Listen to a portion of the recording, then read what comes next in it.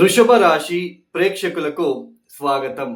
2026 జనవరి మాసంలో వృషభ రాశి వాళ్ళ ఫలితాలు ఎలా ఉన్నాయో తెలుసుకుంటూ వెళ్దాం. ముఖ్యంగా ఈ ఒక మాసంలో గ్రహ సంచారం, శని మీన రాశిలో సంచారం చేస్తున్నారు. గురువు గారు వక్రించి మిథునంలో సంచారం, ఇక రాహు కుంభంలో సంచారం, కేతు సింహంలో సంచారం చేస్తున్నారు. ఇక సూర్యుడు జనవరి 14వ తేదీ ధనుసు రాశి నుంచి మకరంలోకి ప్రవేశిస్తారు. బుధుడు జనవరి 17వ తేదీ ధనుసు రాశి నుంచి మకరంలోకి ప్రవేశిస్తారు. ఇక కుజుడు జనవరి 16వ తేదీ ధనుసు రాశి నుంచి మకరంలోకి ప్రవేశిస్తారు. శుక్రుడు కూడా జనవరి 13వ తేదీ ధనుసు రాశి నుంచి మకరంలోకి ప్రవేశిస్తారు. ఈ గ్రహ సంచారం వలన ఈ వృషభ రాశి వాళ్ళకి ముఖ్యంగా అష్టమ స్థానంలోనే మొదటి 15 రోజులు, అంటే జనవరి 1వ తేదీ నుంచి జనవరి 14, 15వ తేదీ వరకు కూడా అష్టమ స్థానంలోనే ప్రధానంగా 4 గ్రహాలు సంచారం చేస్తూ ఆ అష్టమ స్థానం మీద శని దృష్టి, వక్రీ గురు దృష్టి కూడా పడుతుంది. అంటే 6 గ్రహాల ఇన్ఫ్లుయెన్స్ అనేది అష్టమ స్థానం మీద ఉంటుంది. కాబట్టి ఆర్థిక విషయాలలో ఖర్చులు పెరిగే సూచనలు, ఆర్థికంగా నష్టాలు జరిగే సూచనలు, వెహికల్ రిలేటెడ్, ప్రాపర్టీ రిలేటెడ్ ఏదైనా చిన్నపాటి నష్టాలు జరిగే సూచనలు, అలానే ఆరోగ్య విషయాలలో గుప్తాంగానికి సంబంధించిన విషయాలలో అక్కడ అలర్జీ లాంటిది, ఈ స్త్రీలకు ఈ పిసిఓడి లేదా ఈ మంత్లీ టైంలో వాళ్ళకి ఆ ఇబ్బందులు వచ్చేది మెయిన్ ప్రధానంగా అష్టమ స్థానంలో ఇలాంటి కుజ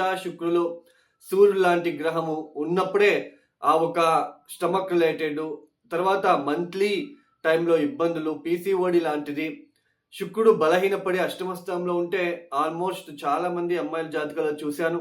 సో పీసీఓడి లాంటిది రావడానికి కారణం ఈ అష్టమ స్థానంలో ఇలాంటి గ్రహాల ఇన్ఫ్లుయెన్స్లు ఉన్నప్పుడు.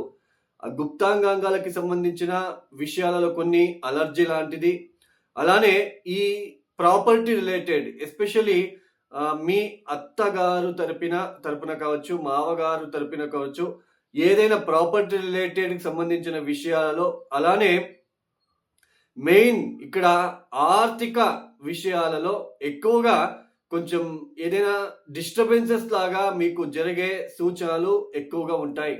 చతుర్థాధిపతి సూర్యుడు అష్టమ స్థానంలో ఉండడము, చతుర్థ స్థానంలో కేతు ఉండడము.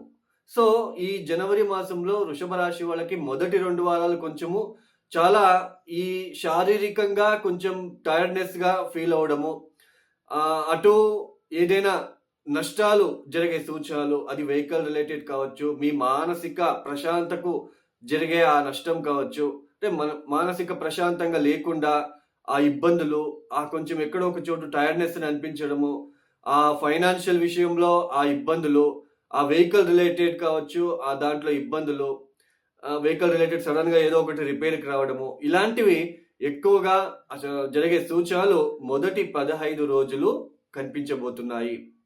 అలానే జనవరి 15వ తేదీ తర్వాత ఈ గ్రహాలన్నీ కూడా నవమ స్థానంలోకి ప్రవేశిస్తారు. ఇది కొంచెం ఎక్కడో ఒక చోటు మనకి రిలీఫ్ ఇచ్చే సంచారం అని చెప్పొచ్చు. అంటే నవమ స్థానంలోకి ఈ గ్రహాల ఇన్ఫ్లుయెన్స్ జరుగుతుంది కాబట్టి ఈ ప్రయాణాలు చేసే ఆస్కారాలు ఉంటాయి. కొంచెం తీర్థక్షేత్రాల దర్శనాలు కావచ్చు, ఈ కౌటుంబిక విషయాలలో ఆ కౌటుంబిక వ్యక్తులతో, కుటుంబ వ్యక్తులతో ఏదైనా ప్రయాణాలు చేసే ఆస్కారాలు ఎక్కువగా ఉంటాయి. అలానే ఇంపోర్ట్ అండ్ ఎక్స్పోర్ట్ చేసే బిజినెస్ చేసే, అంటే ఇంపోర్ట్ అండ్ ఎక్స్పోర్ట్ బిజినెస్ చేసే వాళ్ళకి ఇది చాలా అనుకూలంగా ఉండే సమయం అవుతుంది. వెహికల్ రిలేటెడ్ ఎవరైనా బిజినెస్ చేస్తూ ఉంటే వాళ్ళకి ఇది చాలా అనుకూలమైన సమయం అనే చెప్పవచ్చు. అలానే వెహికల్ రిలేటెడ్ బిజినెస్ అంటే అది ట్రాన్స్పోర్ట్ కావచ్చు, లేదా ఓన్ వెహికల్స్ ఉండొచ్చు, వెహికల్ రిలేటెడ్ ఏదైనా క్యాబ్స్ పెట్టుకొని ఉండొచ్చు. ఇలా వెహికల్ రిలేటెడ్ ఏదైనా సరే ఇంపోర్ట్ అండ్ ఎక్స్పోర్ట్ కావచ్చు, వాళ్ళకి ఇది చాలా అనుకూలమైన సమయం అనే చెప్పుకోవచ్చు.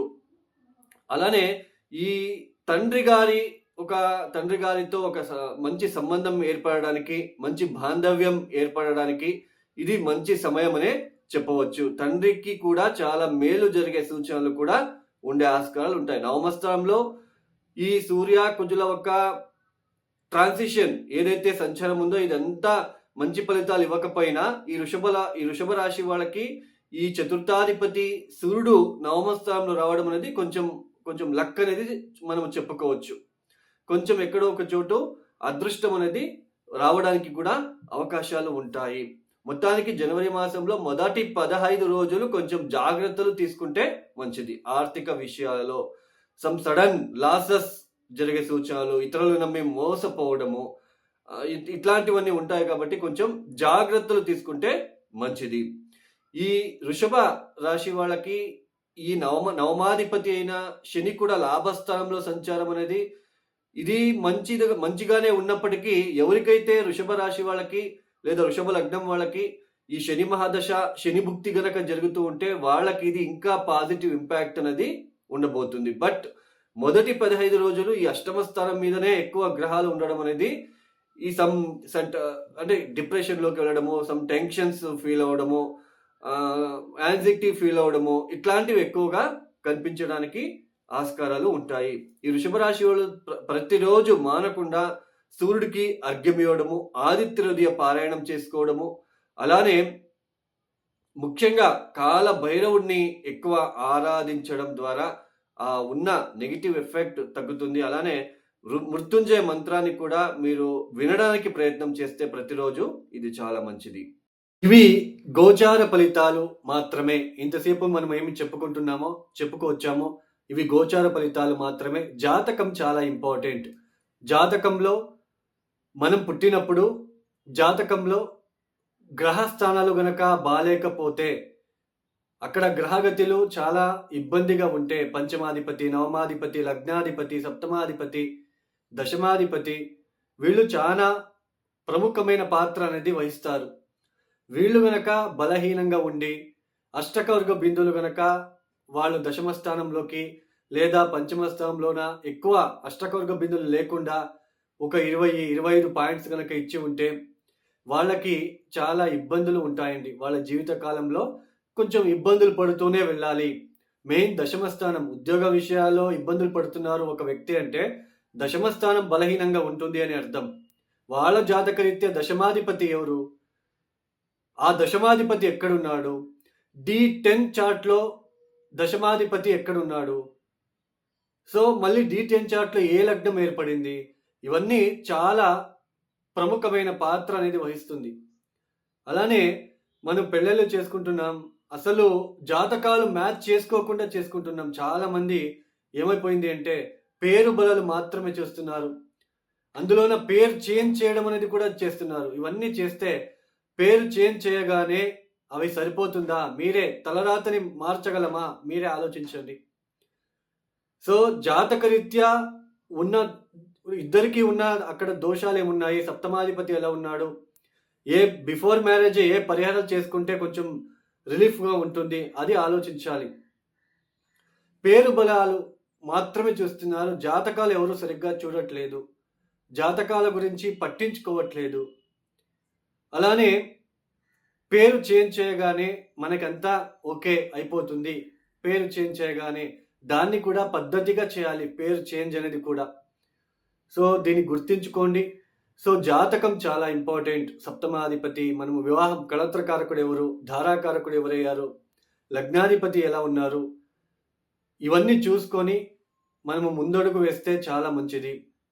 అలానే ఈ 2026వ సంవత్సరంలో జనవరి, ఫిబ్రవరి, మార్చ్ ఈ 3-4 మాసాలు, ఏప్రిల్ వరకు కూడా ఎక్కువ వాహన అపఘాతాలు అయ్యే సూచనలు, కెమికల్కి సంబంధించిన కెమికల్ ఫ్యాక్టరీలలో ఏదైనా ఎక్స్ప్లోజన్ జరిగే సూచనలు కూడా ఉండబోతుంది.